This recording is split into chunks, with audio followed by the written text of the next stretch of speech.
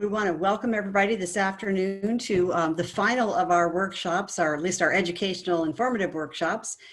We appreciate you being here today. Just a little bit, just so that you know, if you haven't been on one before, you are muted. When Dr. Braddock's going to speak at the end of his talk, you'll open it up for questions. At that point, you'll be able to do them in the form of putting them in the chat or raising your hand using the raise hand function. And at this point, I'm going to turn it over to our host, Dr. Carey, Dr. John Carey, the SOFT medical advisor. Dr. Carey, over to you. Thank you, Terry and Kelly. And again, I want to acknowledge both of them for what a fabulous job they've done this entire week, orchestrating all of these presentations, both the ones to professionals and also the ones for all the SOFT parents and other interested people.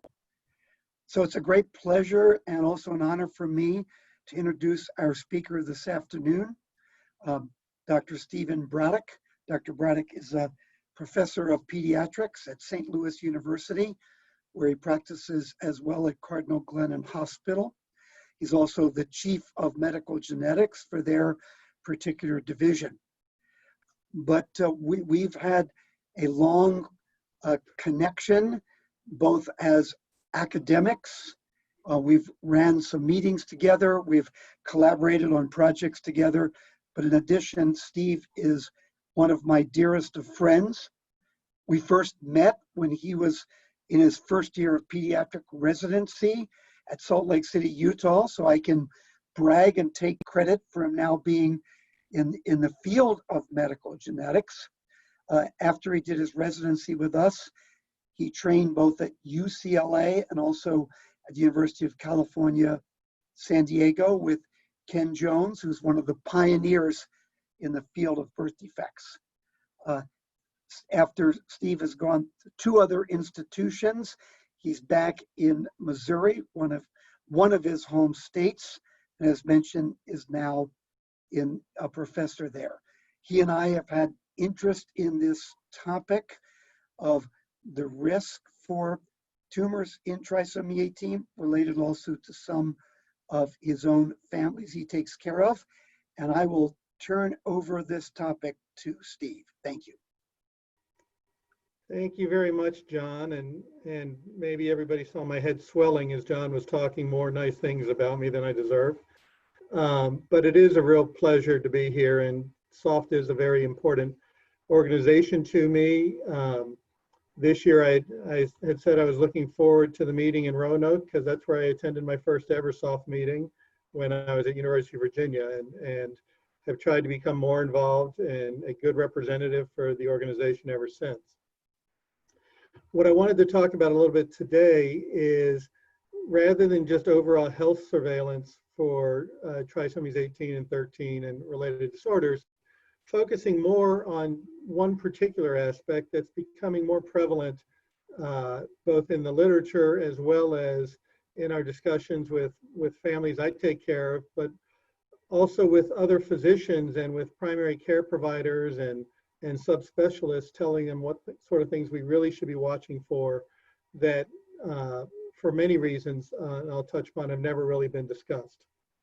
The talk is set up not to take up the full amount of time because I really wanted to open it up for questions that people might have, for stories for their own speculations. I will say the caveat is I'm presenting this in the middle of a thunderstorm. So should my power go out here at my house, I won't know it, or you won't know it, but I'll be blocked. Hold on a sec. Now people are calling.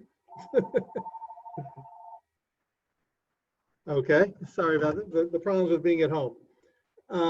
So with that said, and knowing that this is one of several talks that have been going on both for the professionals as well as for the families and the parents, let's go right down the line here. So first of all, the objectives today are really to discuss the awareness of tumors in trisomy 18.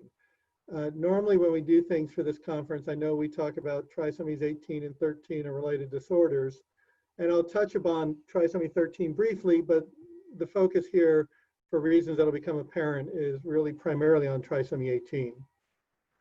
I'm going to talk about the different types of tumors that we're considering and their frequency. And perhaps most important for families and for providers is what our recommended surveillance for these tumors are for your children and for individuals who have trisomy 18. I know a lot of you will have seen some of these photos before, and I admit that I pilfered them from John over the years. But just to supervise what's been talked about earlier is that all children with trisomy 18 and 13 clearly need to have cardiac evaluations as newborns and then subsequently as necessary. They also need to have their breathing and their airway assessed, not just in the newborn period in terms of whether or not they can breathe on their own, but as they get older, for those who are getting older, both for individuals who have central apnea or may have central apnea, to those who think they got past that hurdle but still can have problems with sleep apnea later on. And this really needs to be paid attention to, partly for the anatomy of the airways being so much smaller, the nasal passages being smaller, and partly because of the concerns, as we said, about central conditions. It's a must, obviously, to refer early and often to early intervention programs. Seems sometimes here in the Midwest, we have the ability to refer people, and by the time the state-run agencies get a hold of the families, they've almost aged out of the time that they would be covering, and then it's starting all over again in terms of the school systems. So I tell families that this is a time it's okay to be the squeaky wheel. On our service, our genetic counselors and I do everything we can to push and push, only to the limit, though, that a family is ready and willing to be able to do things. So, you know, always in everything that I'm going to say today, keep in mind that these are recommendations, but it really needs to become part of the family's plan for what they want to do with their family and their children. The most important thing sometimes, I think, for some of our families is that I provide them with the growth charts that can be found on the soft web pages and were initially from Bonnie Beatty's work with John, because too many parents come in just very worried about the fact that no matter what they're doing, their pediatricians and their WIC and all these organizations that are there to help tell them that they're not giving their child nutrition, they're not feeding them enough, and get very concerned. And sometimes just showing a growth chart that, even though small, is following the typical pattern that we expect for somebody's genetics, can take a big relief off people's shoulders, particularly for moms whose primary instinct is to feed your baby. It's a very ingrained in nature for all of us. And to be told that even though you're trying hard, that you're not doing a good enough job can be devastating.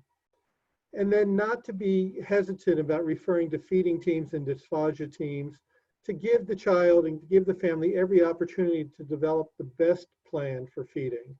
It doesn't mean that everybody needs a G-tube. It doesn't mean that, you know, that's never going to be an option.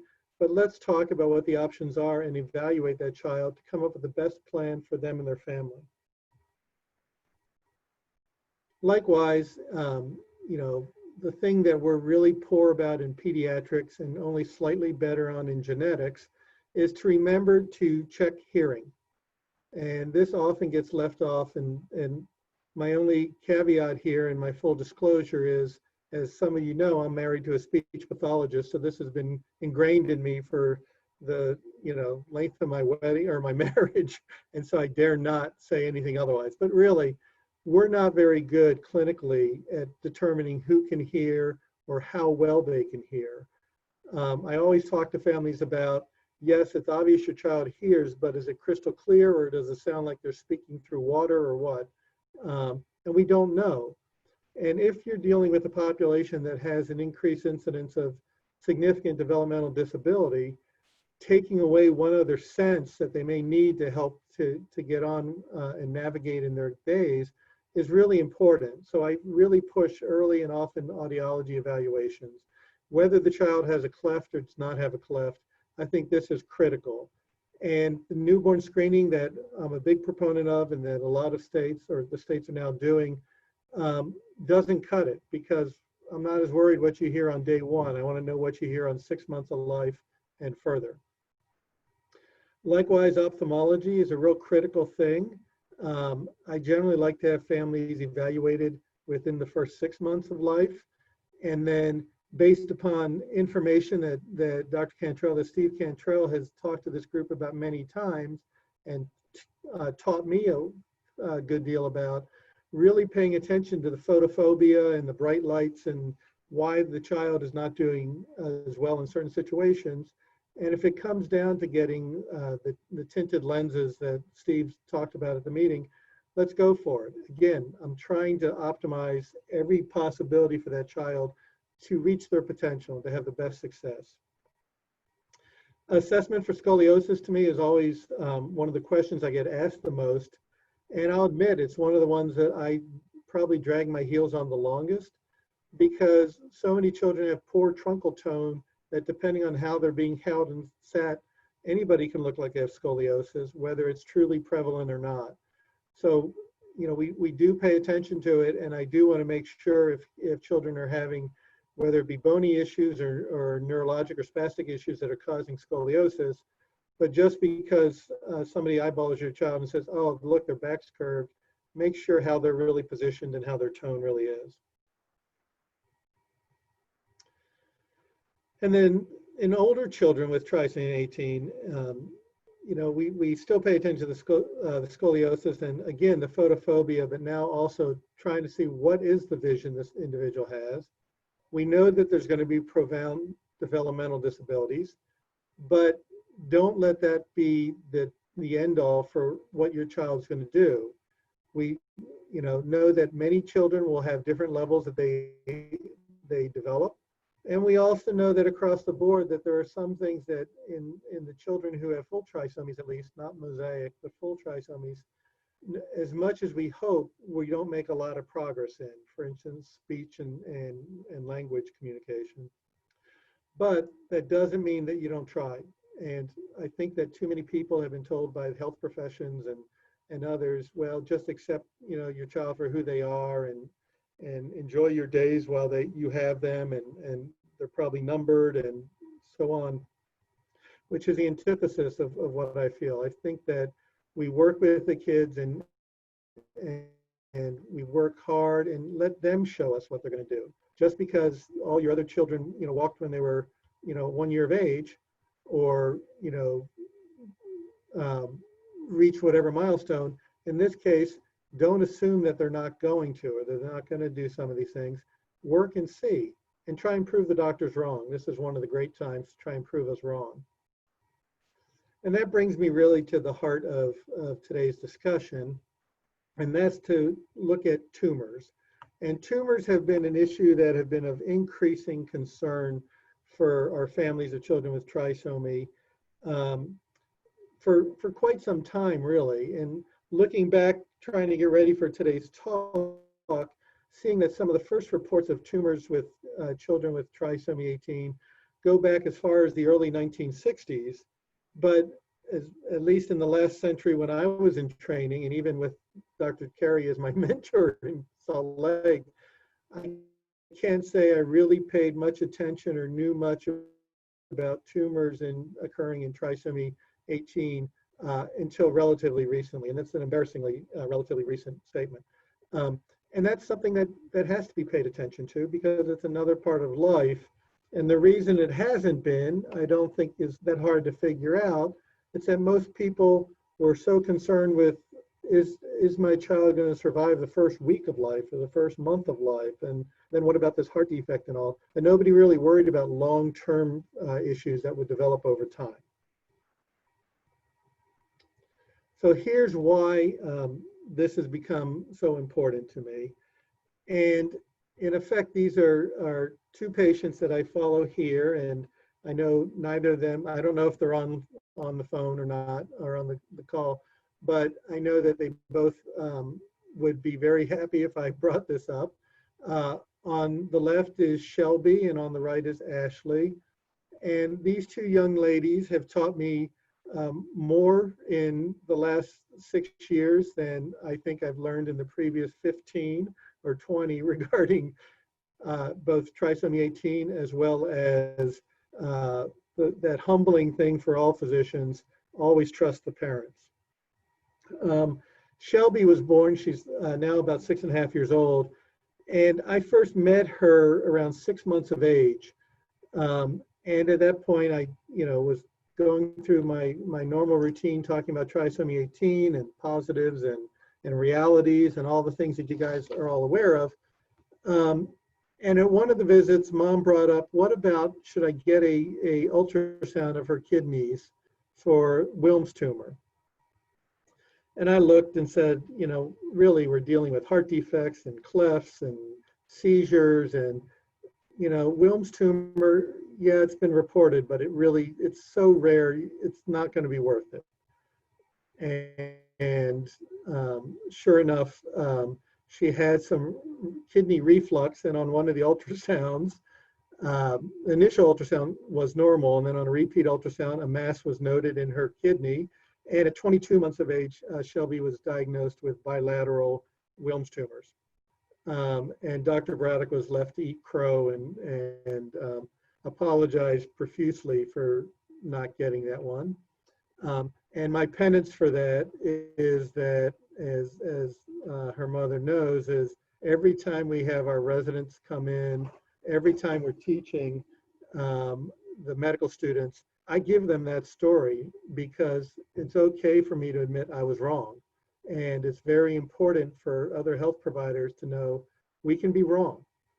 So about a year later, almost 2 years later, so Shelby underwent chemotherapy.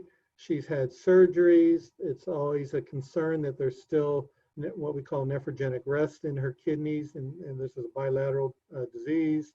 But she's been doing pretty well. And as I said, she's now 6.5 years of age. Ashlyn is almost exactly a year younger than Shelby. And Ashlyn first presented to me at a time when, at about a year or a little over a year of age, after she had had poor experiences, or the family had had poor experiences with genetics or geneticists at other places. And so it was, as you might imagine, very resistant to really wanting to be seen by another geneticist or anything else. And thankfully for me, Shelby's mom convinced Ashlyn's mom to come see me. And lo and behold, we hit it off pretty well, and she realized there was a different way to look at folks. Well, my surprise a couple months later was when I was called to the floor to ask about bone fractures in trisomy 18 and how common were these. And I said, not very. And lo and behold, unfortunately, there were some mysterious fractures that occurred. And as happens in infants and toddlers, people started to worry about how was this child handled, et cetera. I gave my testimonial to the family and to what I thought that this is unlikely that anybody had abused this poor child and that she clearly had osteopenia. But she was discharged home about 3 hours from here. And I talked to one of our specialists about it. He goes, let's look at the x-rays. And the radiologist noted that in the area of the liver, there are a bunch of calcifications or things that showed up like bones in parts of the liver that aren't normal. And lo and behold, that's a common finding in tumors in the liver. And by sheer luck, we had accidentally diagnosed her with having a hepatoblastoma. And she subsequently has had chemotherapy and surgery for that. And the irony in this is those calcifications turned out to be completely unrelated to the tumor, but they were our marker and what made us lucky. And again, the mom had said, based on what the previous child had had, aren't you going to start doing ultrasounds looking at the kidneys and the liver?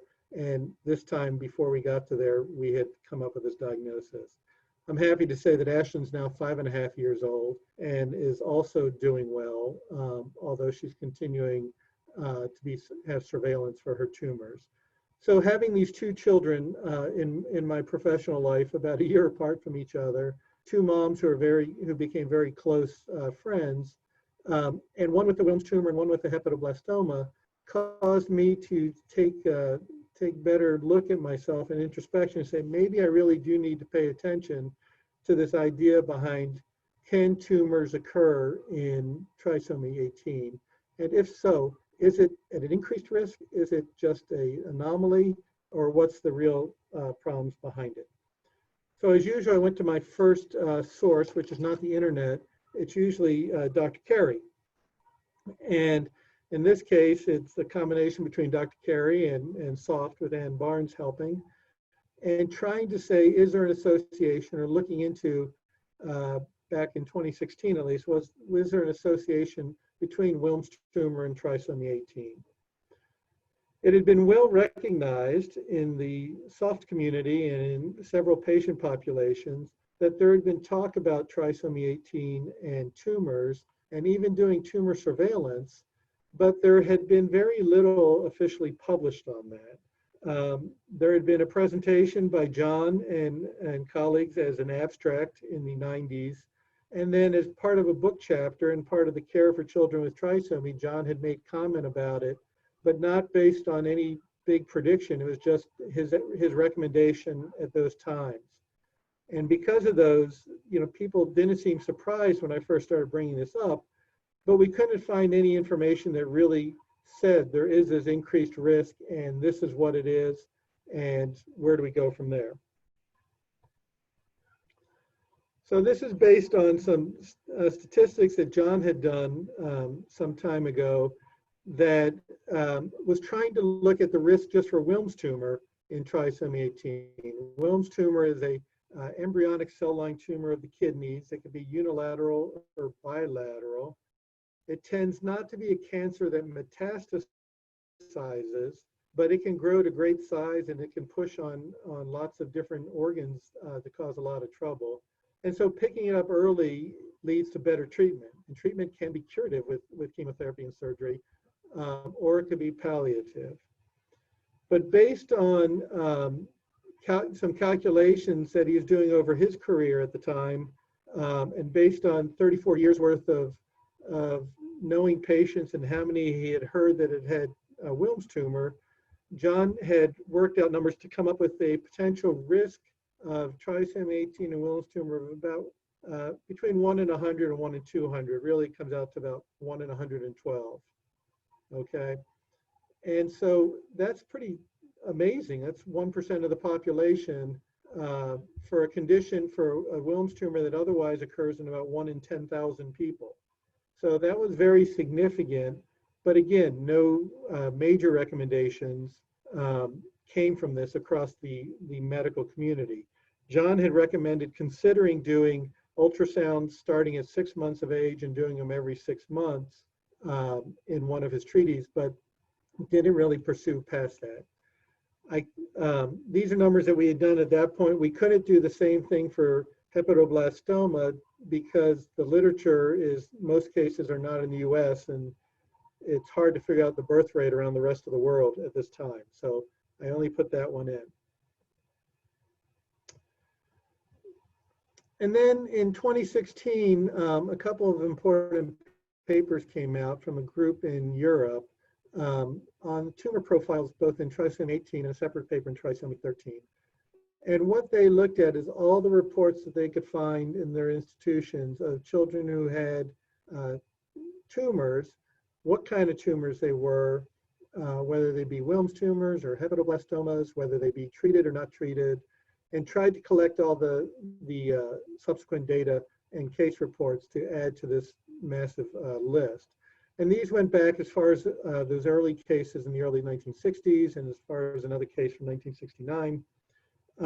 Then had a gap of probably about 20 years before numbers started showing up in the literature again. And based on their profile, it seemed like both Wilms tumor and hepatoblastoma were far and away the two most common tumors that were seen in trisomy 18. There were a few reports of leukemia, or a few reports of other cancers. There were a few reports of tumors in the central nervous system, but not near so consistent as what we saw with these two. And On the heels of that, we embarked, in the heels of our 2 patients here in St. Louis, we embarked upon trying to look in the data and trying to further look in the studies to figure out what we should really make recommendations for and how so. So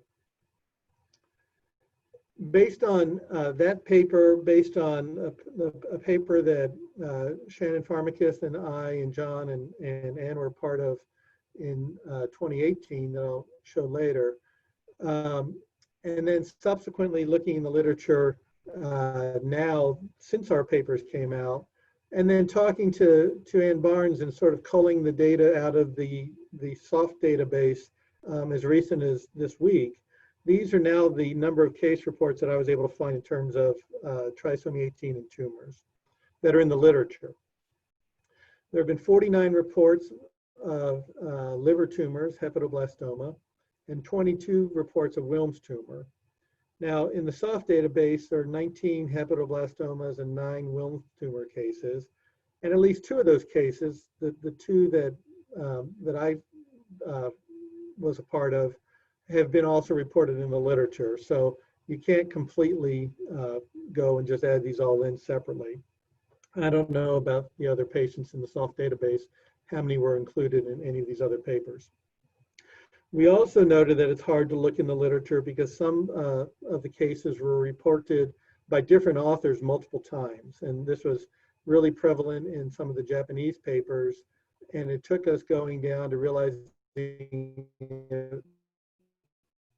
the coincidence of several cases having the exact information over time that led us to believe that these are really the same case just being reported at different time periods. So I'm now being told my connection is unstable, so I will keep talking, but somebody hopefully let me know if you lose me.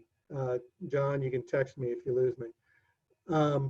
So that's the story with where we are right now with numbers on these cases, and that's up to and including last week of pulling data.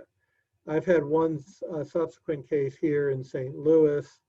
We're starting to hear of a few more because our hospital, Cardinal Glennon's Children's Hospital, tends to be trisomy friendly and at least have discussions about potential treatments and cases. Unfortunately, our most recent case did not have the same outcome as the 2 young ladies I showed, and had an inoperable tumor and expired very sadly and unfortunately. So based upon that, I was playing with numbers and trying to come up with what the new risk might be, if it's any different than what John had surmised 8 years ago. And without having anybody double check my math multiple times, I came up with the chance that now, based on the literature that we have, the risk of having a child with a Wilms tumor, if you have trisomy 18, is not 1 in 112, but it's actually 1 in 55. So we've actually doubled that risk just with the increase in published reports of children with Wilms tumor. And I think that really says a lot that this needs to become, that's about 2% of cases, or 1.8% of cases. It brings a lot of idea to the fact that this is no longer what I would consider an uncommon occurrence in trisomy 18. And I now talk to families about it up front, that this isn't something rare. This is something that we need to make a plan on, starting from when I first meet them in the nursery, when I first meet a couple or meet the child and the parents and the physicians in the nursery, to talk about this increased risk. And as I said, I apologize if I find that I made some terrible mistake in this, but using the ways that we calculated numbers out, that's where I came out. And the other caveat is I think that this number is probably too low for what's really happening. And the reason it's too low is the same reason that for years nobody really knew about tumors at all in trisomy 18, is because too often the child would either expire at a young age, which is very common, as we know, now about 8 to 12% surviving the first year, but would either expire at a young age, or if they survived and still died, nobody stopped to think of, could it have been something related or unrelated to just they have trisomy 18. So autopsies often weren't performed. Medical examiners listed trisomy 18 as a cause of death, but nobody ever really went and looked to see, did any of these other children actually have a tumor? So that's one reason. The second reason is that the incidence might be higher is we don't know to what extent children whose parents do not go for interventions at birth or do not want aggressive interventions, we don't know which children may have developed a Wilms tumor or a hepatoblastoma later on. So we don't really know what the true incidence is, but at a baseline, my numbers are coming up to this 1 out of 55 cases. And that's also based on a survival number that I used just to compare to John's earlier study, which is what he used, which was 6% surviving the first year, even though now we think that number is higher, obviously. So this is the soft database, and we just pulled it from the standpoint of which families, as all that have contributed to soft, which families have reported that they've either had chemotherapy, surgery for a liver tumor, surgery for a Wilms tumor, liver biopsy or kidney biopsy, and then other kinds of tumors that have come up. And I said at the outset that I was really talking today about trisomy 18 rather than trisomy 13 is really shown why in this chart. And if you look, it's the children with tumors are there in trisomy 18 at a much higher rate than what we would see in trisomy, than what we've seen in our own group in trisomy 13. It's been very few children in trisomy 13. I did not ask Anne what the other group on the far right is, what other chromosome abnormalities that's made up of. But just grossly looking at this chart, we see that we've had 17 children who've had surgical resection of a liver tumor or part of a liver tumor. 9 have had surgery for Wilms tumors. 15 others have had chemotherapy. The biopsies go along with those who have had the tumors. One person reported a radiation-associated tumor. I don't know any other details on that. Interestingly, 3 children with trisomy 13 have been reported to have teratomas, which are another embryonic cell line tumor, but are a different pathology and quite unusual by their own right. And it makes me interested in potentially looking further into that. And then there's a report of a skin cancer as well. And as I said, Anne had updated this last for me. Well, when I made the slide, we had updated it as of July 15th. I think she updated it last for me this morning. So this is pretty much hot off the presses and includes at least one other child who's not in the database, my more recent child who I added into those numbers. So that's where our issue is.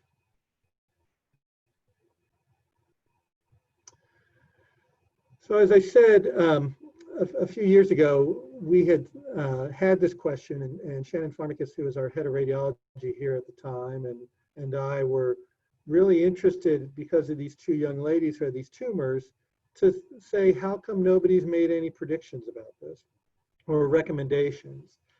And this was at a time that in the field of genetics, there's a lot of interest in talking about tumor surveillance for multiple different genetic syndromes.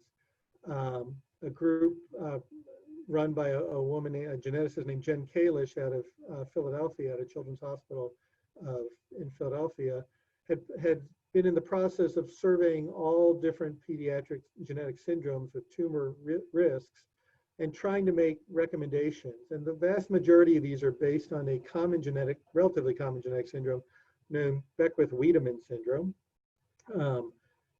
named after people who describe it.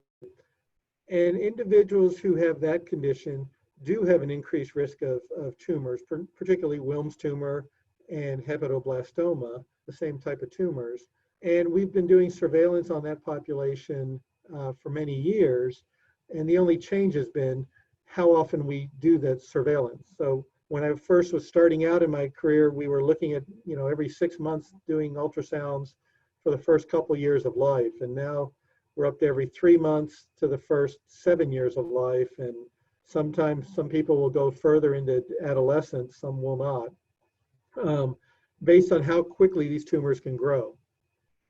The surveillance is also based on, in that population, the fact that these are treatable conditions.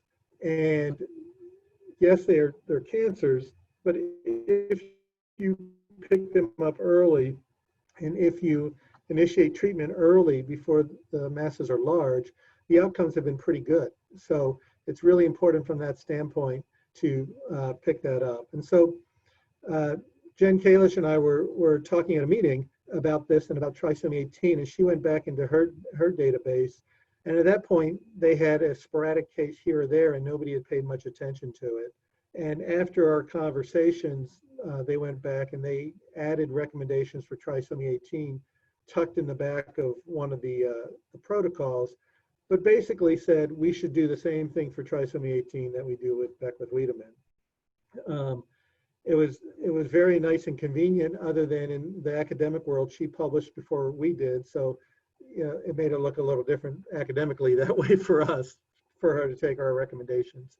But this is the data we based on our 2 patients here in St. Louis, and then reviewing to that point all the data and all the cases that had been reported in the literature.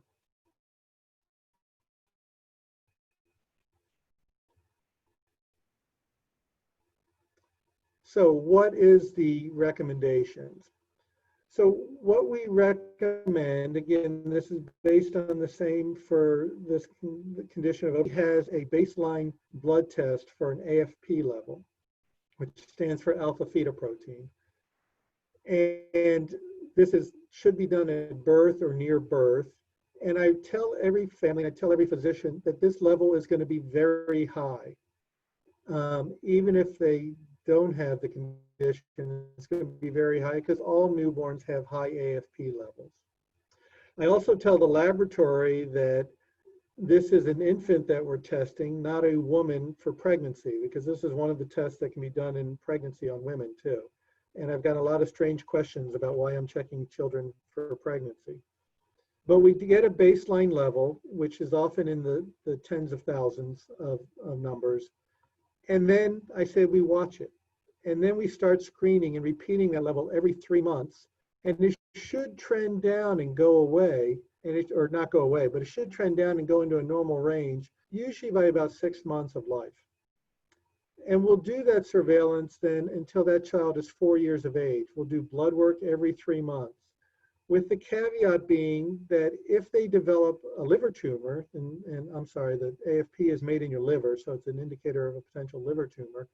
If that child develops a liver tumor, one of the first signs will be their AFP level will shoot up astronomically high. And so that first level is a baseline. We watch until they're in the normal range, and then we track it. And if there's a spike, then we get more aggressive and do imaging like CAT scans of the abdomen and all looking for it. We stop that blood level at 4 months of age, or 4 years of age, I'm sorry, because that's the time that we would have not seen any liver tumors of this sort appear after that age. So these are embryonic cell lines. So these are cells that were in there from early in development. And we figure that if we have not seen anything by 4 years of age, knock on wood, then we can feel good about that part and stop doing the blood work. We also concomitantly get ultrasounds of the entire abdomen, which should include the liver as well as the kidneys, at birth, which makes sense for a lot of your children because people are looking for other malformations. And we repeat that exam every 3 months up until 4 years of age, okay? So every 3 months, we want to be looking at that liver. Now in my clinic, I also try and see the child, or see a child, or have their pediatrician see the child alternate with me, so I can feel the belly every 3 months, or have one of the two of us feel it every 6 months, just feeling for any masses that might not otherwise be picked up, all trying to see if there's something early.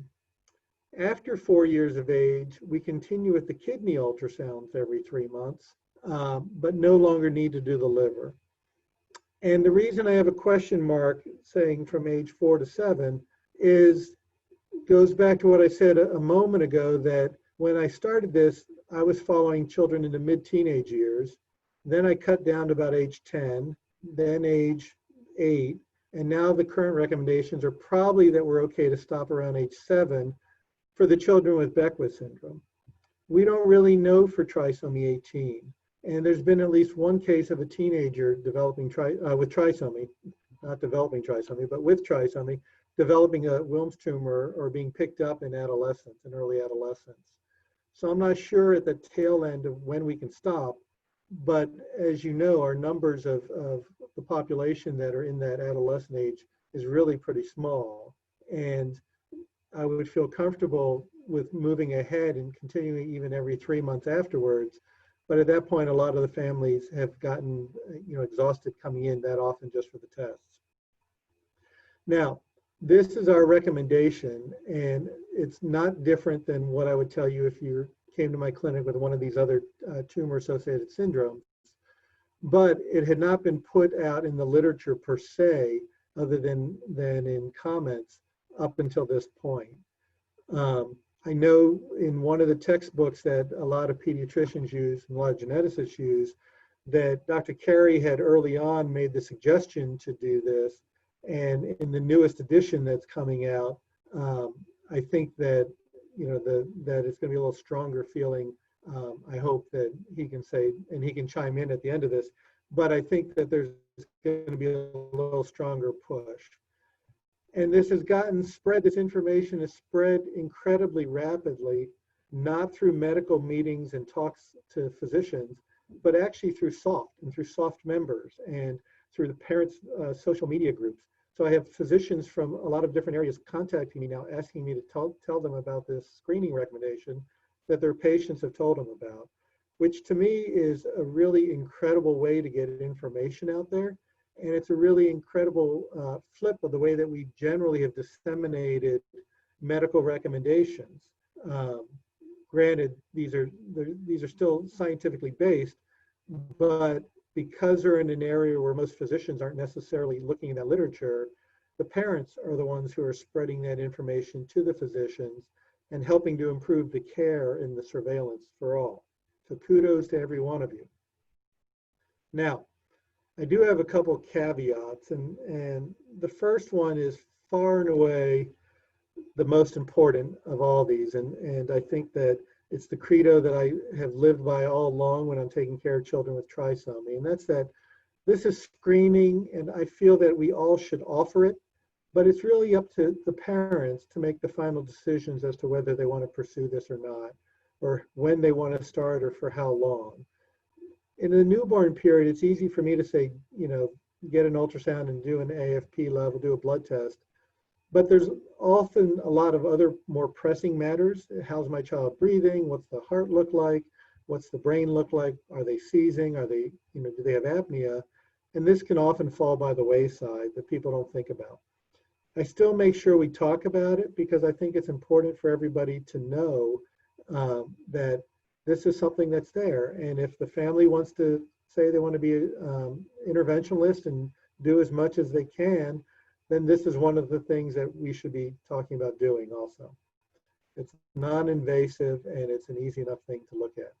If, on the other hand, the family has made their decision they don't want to pursue this, or they don't want to pursue other activities, that should always be the family's decision first. John and I have talked about this for the years that I've been involved with trisomy, and I think it's all decisions. There's a medical basis to them, but I think the family has to have an understanding and a voice at the table as well. The second caveat is that AFP levels in newborns are all very elevated, but as I said, they should show a downward trend over the first 6 months. One of our neonatologists paged me late one night to say, you told me it was going to be high. You didn't say it was this high. I said, well, how high did you want me to tell you? So, you have to really prepare people that those numbers are going to be up. And you have to remind everybody, and I tell the families, the AFP is only monitoring a trend. So you need that first level, and it doesn't tell you anything until you make sure you see the trend of them going down to normal, and then you can see if they go up again. Most importantly, it's difficult to tell folks what normal is, because only recently have we put out normal, or have we found a way to put out normal results for newborns. And now they've tried to come up with a normal chart for children who have Beckwith syndrome. And theirs are higher than typical infants with the same condition. But there's no standard that exists for trisomy 18. And one of the things, you know, I wanted to try and do moving forward is to see if we can get enough hospitals on board, enough families on board, that we start doing this a serum AFP on every newborn with trisomy 18 and see if we can collect enough of that data to really try and have information and data that we can say, okay, for children with trisomy 18, here's what they typically look like at birth. Is it going to be like Beckwith, or is it going to be like typical infant? And here's how their levels generally decrease before they start to elevate again. So that's one of the projects I have in mind for the future. It can't be a single institution because nobody will have enough cases to ever have any good statistics with it. But I think it's something that's very doable and something that I think SOFT would also be very interested potentially in pursuing moving on.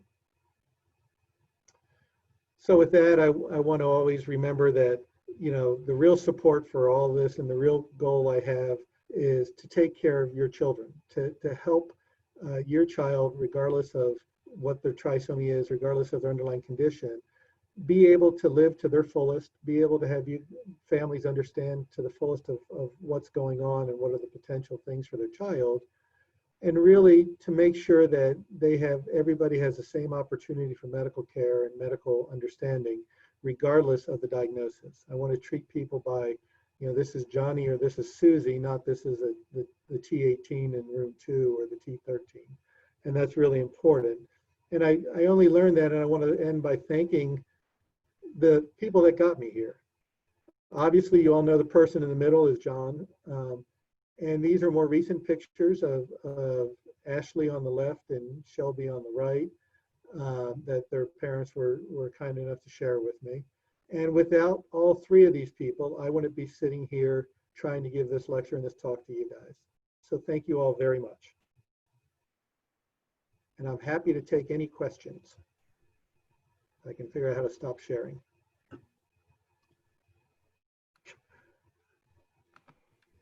So Steve, Kelly can look as hands are raised with questions, and people can actually ask you the questions directly. So. Yes, so far. Did we lose you? Where's Steve? Oh, he's frozen. Hopefully No, he I'm can. I'm Here here. you are. Good, good.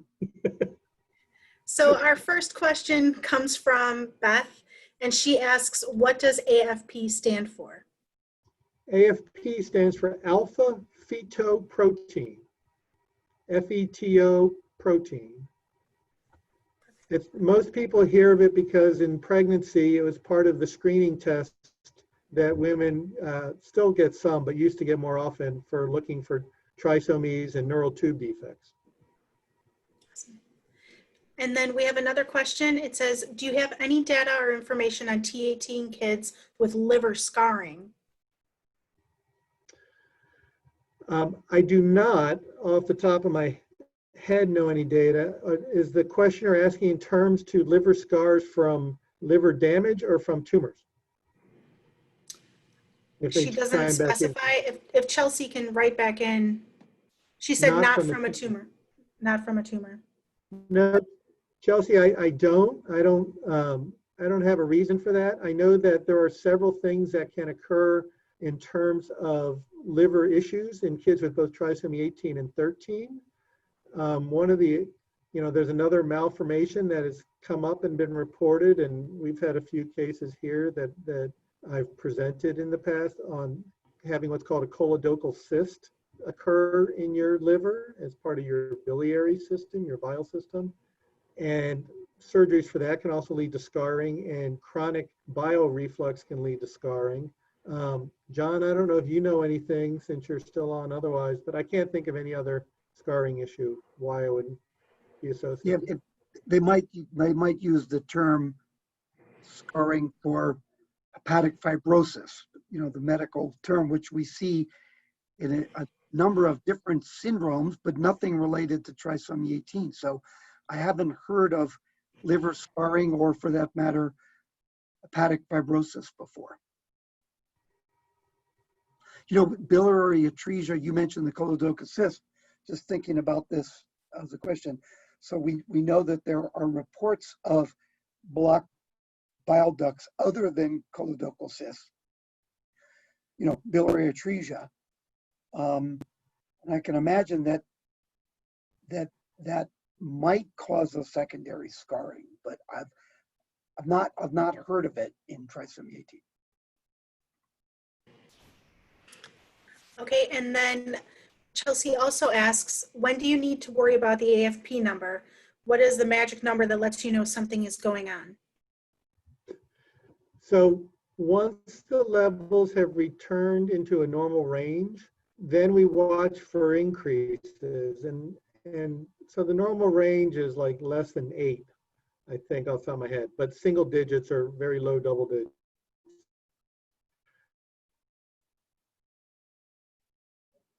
Don't worry about a number that 2 or 3, one where if something looks like it's staying elevated or goes up, is shorten the time between checks. If we see a number that seems unusually bounced up for no good reason. But a lot of families start to worry too much about the number, the whole number itself, and not the trend that's following. Okay, we have a question from Carice, and she says, how can we become a part of the research? Our daughter's 3 years old, full trisomy 18, currently screened for Wilms tumors, and they did show a small cyst, but they are watching it closely. I think right now the easiest way is being a part of, contributing data if they're willing to the soft database, because that's where we'll often go for first queries to see if there's numbers or anything like that. There's no blood marker right now for Wilms tumor.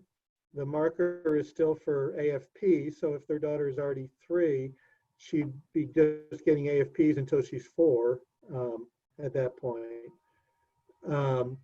So I think that's a part of it. But really, the best way to participate in the research is to involve yourselves with soft or like organizations, or if you have I'm biased, if you have a genetics team that follows you, ask them if they're aware of research that's going on and let them do the work looking for it.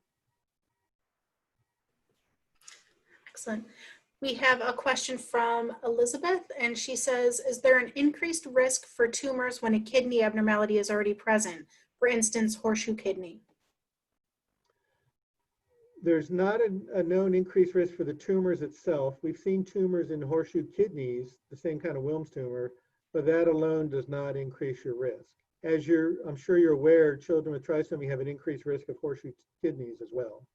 And the young lady who I presented who had the Wilms tumor was initially being followed for what's called vesicular reflux, where urine was backflowing from the bladder up to the kidneys. So that's why she was being followed in the first place, and they started looking at the kidneys. From Rhonda, she says her daughter is 6.5, and we have not monitored for tumors. Should we worry about it at this point, given that she will be 7 soon?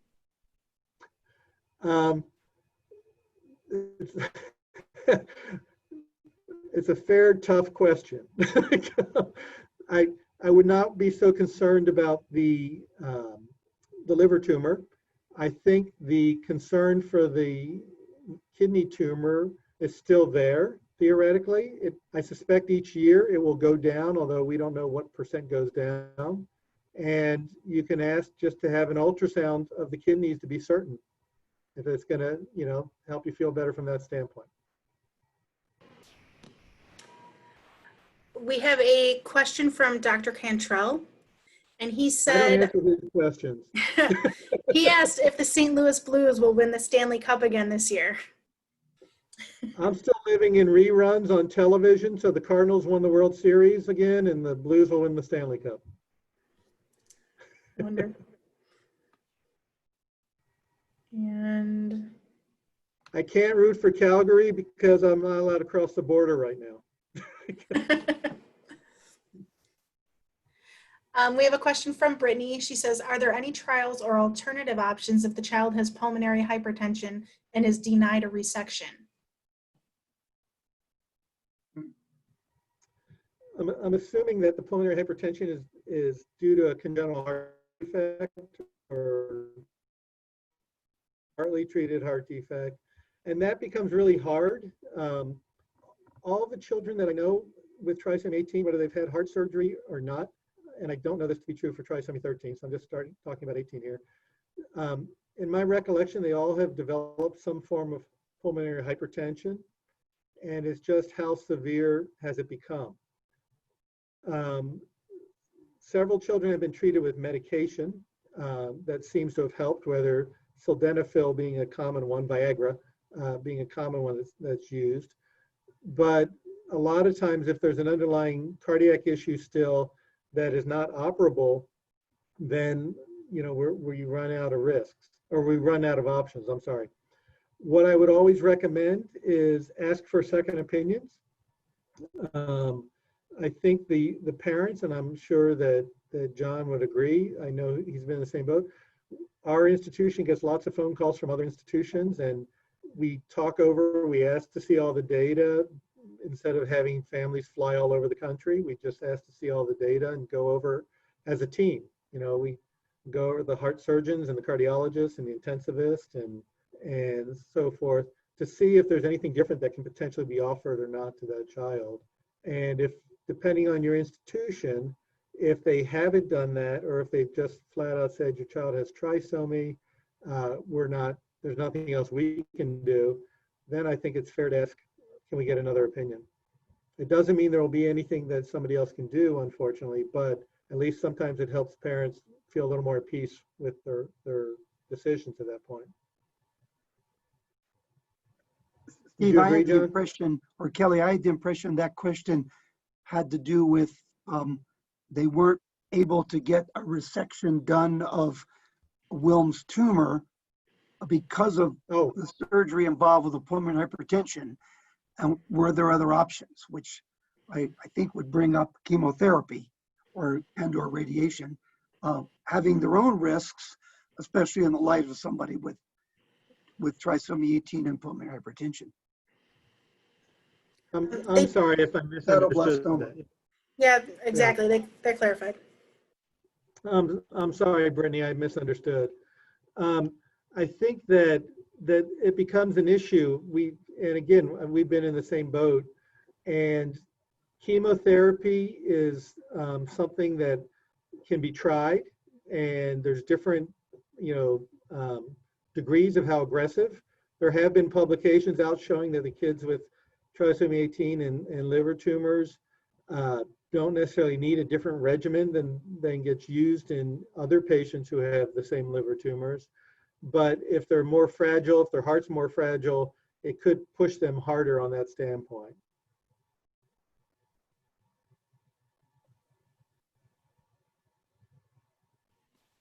Okay, we have a question from Steffi. She says, thanks, Dr. Braddock. I've heard about the children having tumors in the trisomy groups in the last few years that you have discussed this evening. Oh, and then she specified that I do not need to read it aloud. Sorry about that.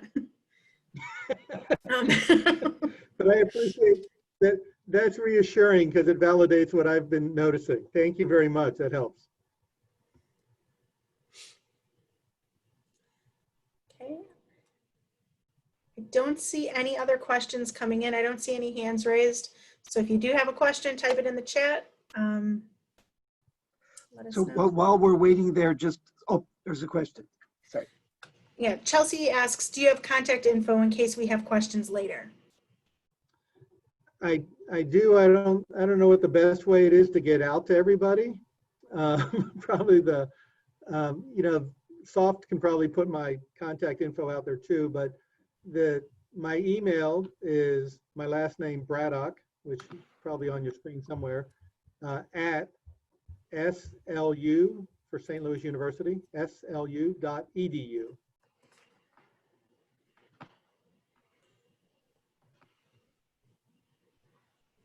Thank you. And I am not always in the office, but I have email that, unlike many of you, I'm attached to on almost all times, along with my cell phone. So, and if I don't get right back to you, bear in mind, I will do so as quick as I can. There's no such thing on first, but then I'll admit that I don't know the answer, and we'll go from there.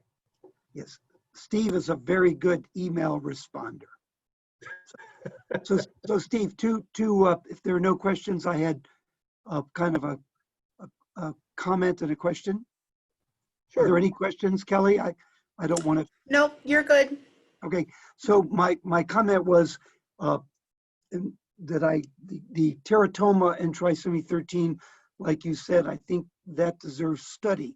While you were talking, I blanked myself out to go onto PubMed, and I saw that there were actually, we don't know if there's overlap with Anne's registry, but there are actually 6 reported cases in PubMed of trisomy 18 and teratomas, most of them in the sacrococcygeal lower back, but one of them was an umbilical cord teratoma. So I think this idea of teratoma in trisomy 13, which I think Setke brought out in their paper, it's like becoming more of an alert in my mind. It's something we also have to look at. My question was, John, was that trisomy? You said trisomy 18 is what you saw on PubMed. Was it trisomy 13? no, it's trisomy 13. If I said 18, I made a mistake. It was Okay. 13. Okay, All- which is all what 13. the registry has. Which is what the registry has, 3 and Exactly. 13. So whether there's any overlap between the ones that Anne has and the 6 cases that I saw cited, I don't know, but still there's at least 6 reports, which starts to get us into, given the rarity of both, like the first observation of Wilms tumor in trisomy 18 and hepatoblastoma.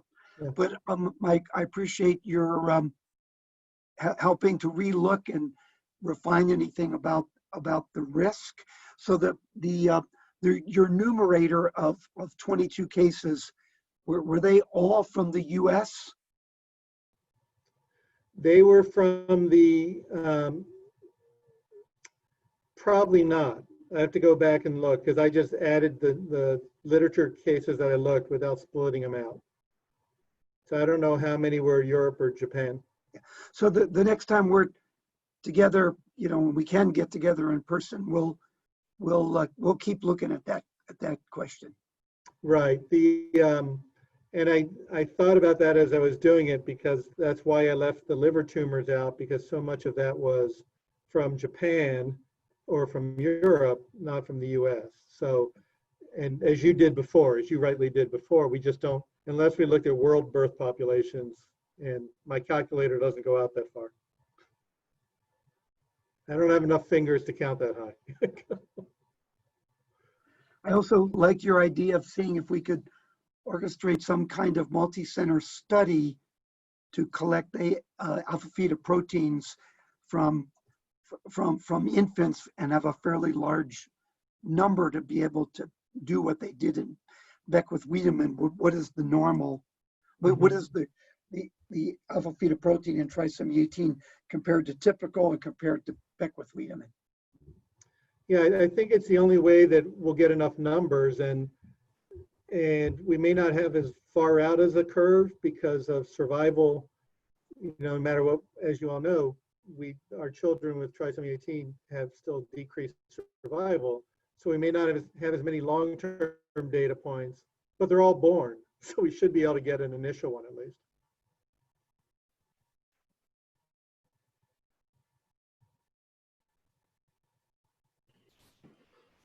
I haven't seen any other hand raises, and I haven't seen any other questions.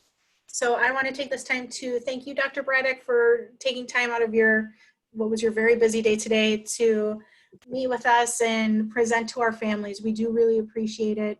And this was some great information that we're going to be able to use.